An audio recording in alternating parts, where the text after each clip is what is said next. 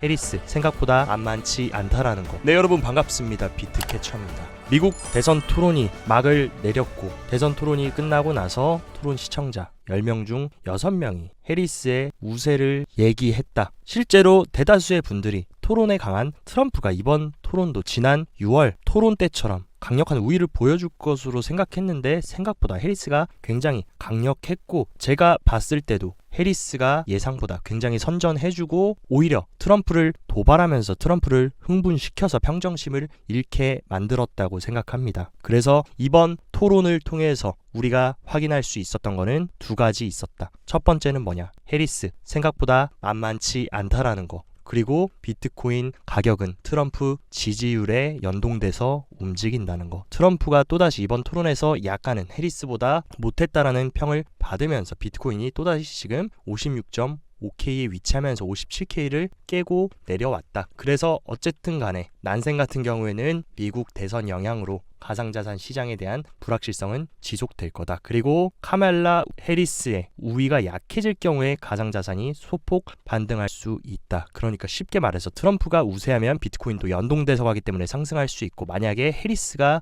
우세한 흐름으로 가면 계속 약세를 보여줄 수 있다라는 거. 이 부분은 여러분들이 이번 토론을 통해서 정확하게 잘 인지를 하시고 향후에 대응을 하시면 도움이 되실 거라고 생각합니다. 그리고 아서헤이즈 같은 경우도 최근 달러 엔이 다시금 큰 폭으로 하락하면서 지난 블랙먼데이 엄청난 캐리 트레이드가 일어나면서 하락했던 그 수준까지 왔다라고 하면서 시장이 또 한번 큰 변동성이 생길 수도 있다. 그래서 비트코인이 지금 가격을 잘 버틸 수 있을지 한번 지켜보자라고 우려 섞인 발언을 해줬습니다. 어쨌든 아서헤이즈는 최근에 단기적으로는 롱이다 숏이다 이런 식으로 관점을 바꾸면서 이랬다 저랬다 하는 모습을 보여줬지만, 헤이즈의 어쨌든 일관된 뷰는 뭡니까? 9월 달은 계속 변동성 보이면서 대선부터 FOMC 금리 인하 그리고 이런 매크로 이슈로 흔들리겠지만 9월 말이 되면 확실하게 분위기가 반전될 것이라고 계속 주장을 하고 있습니다. 실제로 비트와이즈 CIO 매트 호건 같은 경우도 4분기 그러니까 10월부터는 거시경제에 대한 불확실성이 조금씩 해소가 되면서 암호화폐 랠리가 시작될 것으로 예측하고 있다. 저 또한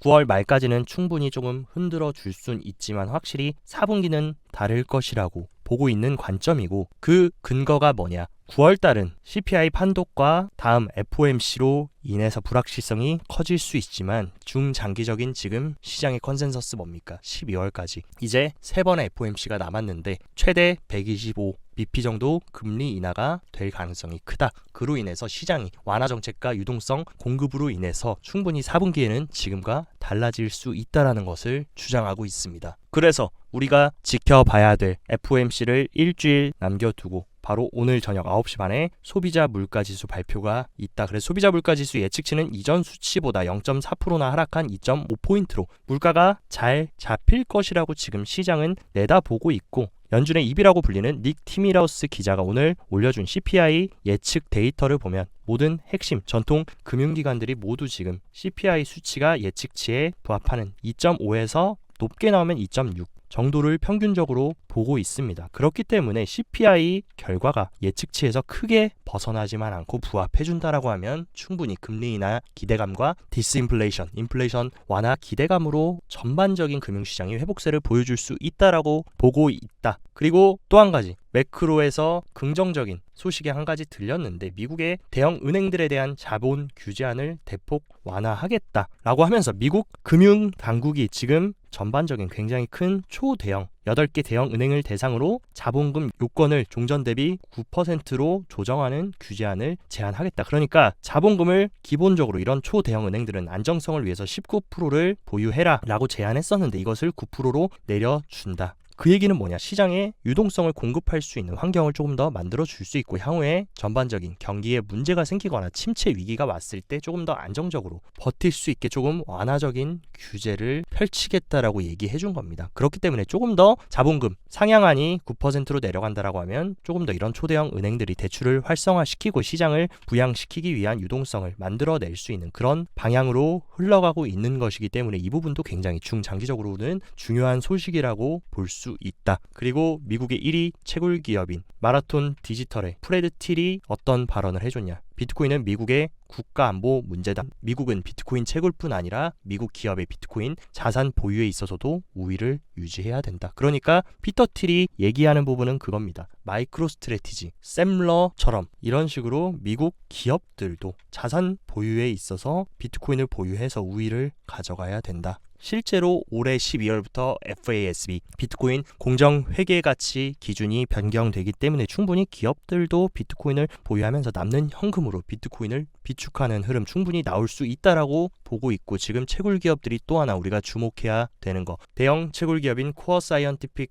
같은 경우도 최근 AI와 콜라보하면서 AI 디지털 데이터 센터 콜라보레이션을 진행했고, 그 결과 AI와 채굴 기업이 콜라보를 하면 충분히 기업의 밸류에이션이 250억 달러에서 300억 달러 수준까지 상승할 수 있다라고 지금 번스타인 은행이 예측을 했습니다. 실제로 지금 많은 AI 데이터 센터들이 막대한 GPU 에너지를 가지고 있는 채굴 기업들과 콜라보레이션을 하면서 크립토와 AI의 콜라보를 하고 있는 채굴 기업들이 많아지고 있습니다. 대표적으로 3위 채굴 기업인 코어 사이언티픽과 그리고 호주의 대형 채굴 기업인 아이리스 에너지와 함께 지금 허팔까지 초대형 채굴 기업들이 계속해서 AI와 콜라보하는 이런 내러티브들이 강화된다라고 하면 AI 산업이 수혜를 받는다라고 했을 때 채굴 기업들도 덩달아서 같이 편승해서 함께 성장할 수 있는 그런 모멘텀이 생긴다라는 거, 이 부분도 우리가 중장기적으로 비트코인 시장을 보고 채굴 시장을 볼 때 눈여겨봐야 되는 부분이라고 생각합니다.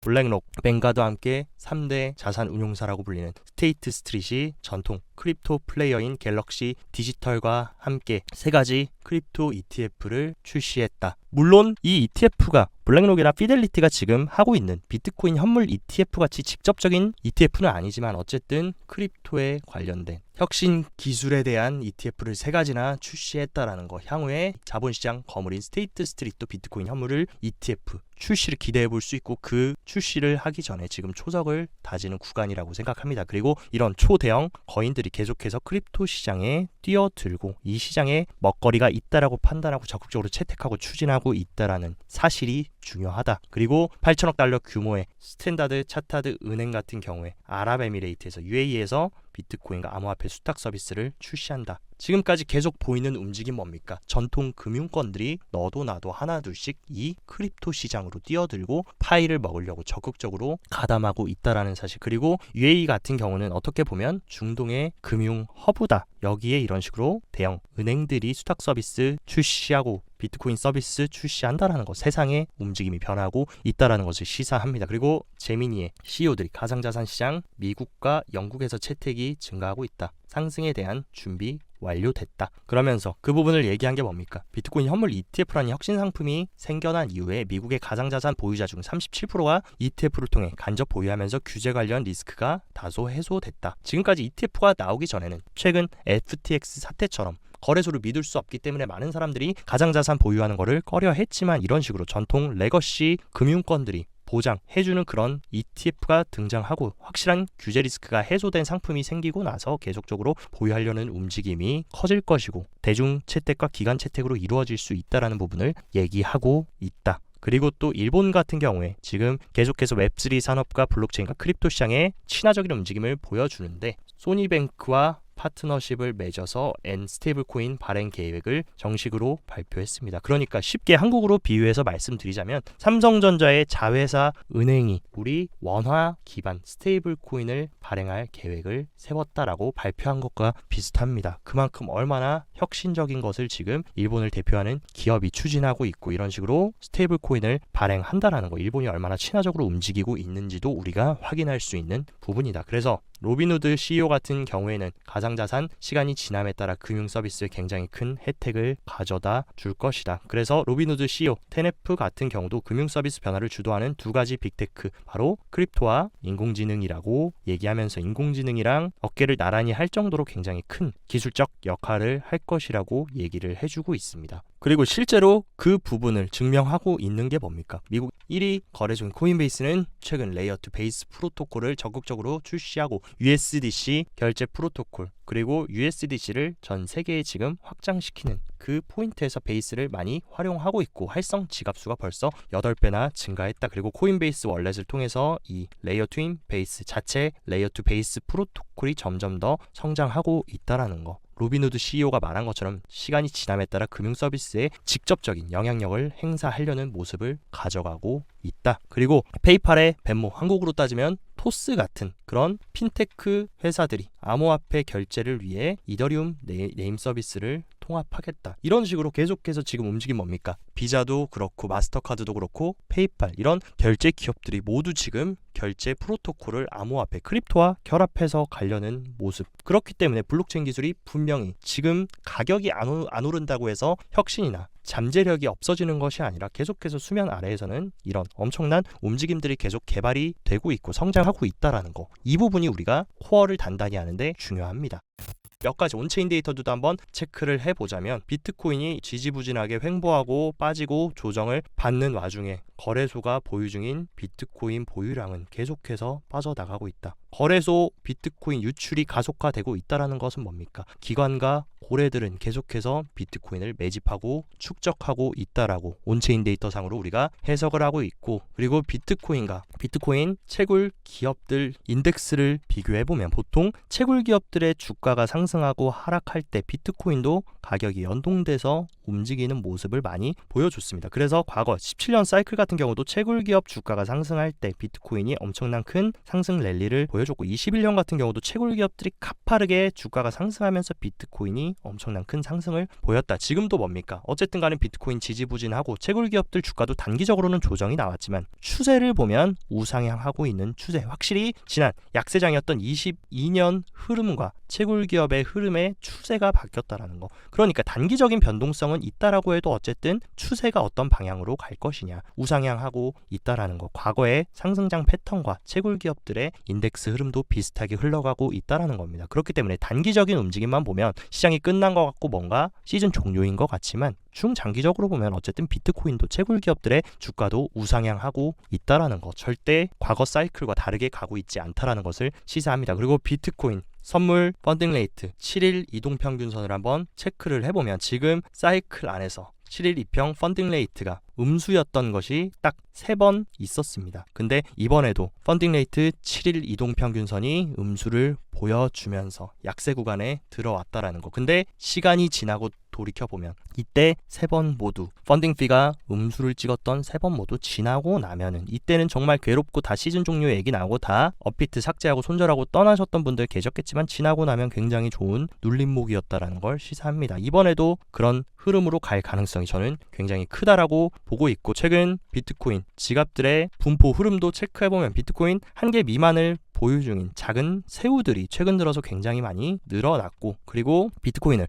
1개에서 100개 정도 보유 중인 상어들의 지갑 또한 이런 식으로 고개를 살짝 들어주고 있고, 그리고 100개 이상의 비트코인을 보유 중인 지갑들은 비트코인 계속 횡보와 조정에도 불구하고 꾸준히 지금 우상향하고 있다라는 거. 이것이 어쨌든 시사하는 거 뭡니까? 결국에 대형 고래들은 계속해서 바이더딥 하면서 모아가고 있고 이제는 개인들까지 동참하는 흐름, 고무적인 흐름을 보여주고 있다라는 것입니다. 그러나 하지만 비트코인이 확실하게 본격적인 상승 추세를 만들어 주려면 순유동성이 확대가 돼야 됩니다. 순유동성이라는 건 뭐냐? 단순히 통화량이 증가하고 글로벌 리퀴디티가 증가해서 유동성이 상승하고 있는데 비트코인 왜 안 오르나요? 그게 아니라 비트코인이 상승하려면 순유동성을 봐야 되는데, 순유동성 같은 경우는 연준의 대차 대조표에서 영레포 RRP와 그리고 재무부 계좌인 TGA 계좌를 뺀 실제 시장에 풀린 유동성을 보여주는 그런 데이터입니다. 그래서 이 파란색은 순유동성의 흐름, 그리고 빨간색은 비트코인 차트인데 순유동성과 귀신처럼 같이 일치해서 움직인다. 최근에도 비트코인이 빠질 때 순유동성이 빠지면서 비트코인도 같이 커플링이 됐는데, 이 순유동성이 확실하게 추세를 튀어 올려줄 때가 비트코인도 이 기나긴 약세 흐름을 깨고 상승해줄 수 있는 시기라는 것을 시사하고 있다. 그러면 대체는 그 시기가 언제가 될까요? 라고 물어보신다라고 하면 재무부 계좌인 TGA 계좌가 본격적으로 하락하는 그 시점이 될 것이라고 보고 있습니다. 저는 그 시점을 대략적으로 10월 정도부터 본격적으로 TGA 계좌에서 돈을 방출해 줄 것으로 보고 있고, 그 근거 같은 경우에는 일단 9월 달에는 어떤 유동성을 빨아들이는 이벤트가 있다라고 말씀드렸습니까? 9월 15일에는 미국의 법인세를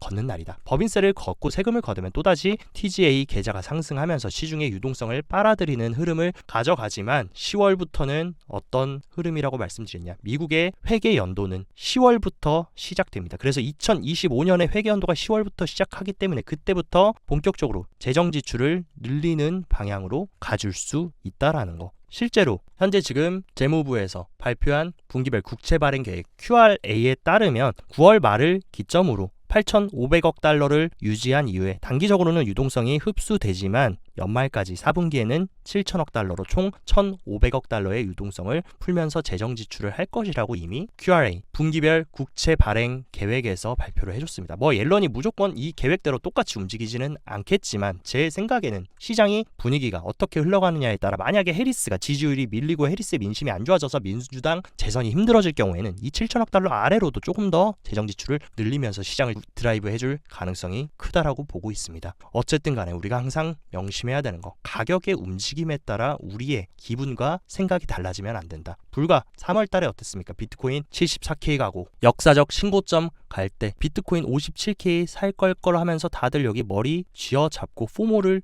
느끼셨습니다. 근데 막상 지금 57K까지 지지부진하고 내려가니까 나 비트코인 절대 안 산다. 비트코인 스캠이다 하면서 지금 다 도망치고 있다. 같은 가격이어도 사람이 심리에 따라서 시장은 180도 바뀝니다. 근데 그 심리를 역행하고 내가 계획한 시나리오대로 흔들림 없이 이행하면서 심리에 영향을 받고 선동에 영향을 받는 투자가 아니라 중심을 딱 세우고 내가 이 자산이 가치 있다라고 믿고 있으면 오히려 가격이 싸졌을 때는 우리가 용기를 내고 오히려 기분이 좋아져야 되는 게 맞다라고 생각합니다. 그렇기 때문에 크립토 투자에 성공하시려면 워낙에 변동성이 크고 개미들의 심리를 뒤흔드는 시장인 만큼 여러분들이 이번 사이클에 대한 시나리오를 세웠으면 이랬다 저랬다 하지 말고 일관성 있게 계속 공부하시면서 확신을 키우고 인내하시면서 밀어붙이는 것도 크립토 투자를 성공하기 위한 중요한 덕목이라고 생각됩니다. 오늘 영상도 시청 진심으로 감사드리고 영상 도움되셨다 하시면 좋아요, 구독 눌러주시고 더 자세한 투자 전략 궁금하다 하시면 영상 하단 고정 댓글에 제가 운영하는 크립토 시황 정보방 활짝 열어놨으니까 이쪽에서 시황도 잘 참고하시면서 성공적인 크립토 투자 계속 이행해 나가시길 바랍니다. 오늘도 시청 진심으로 감사드리고 여기까지 비트캐쳐였습니다.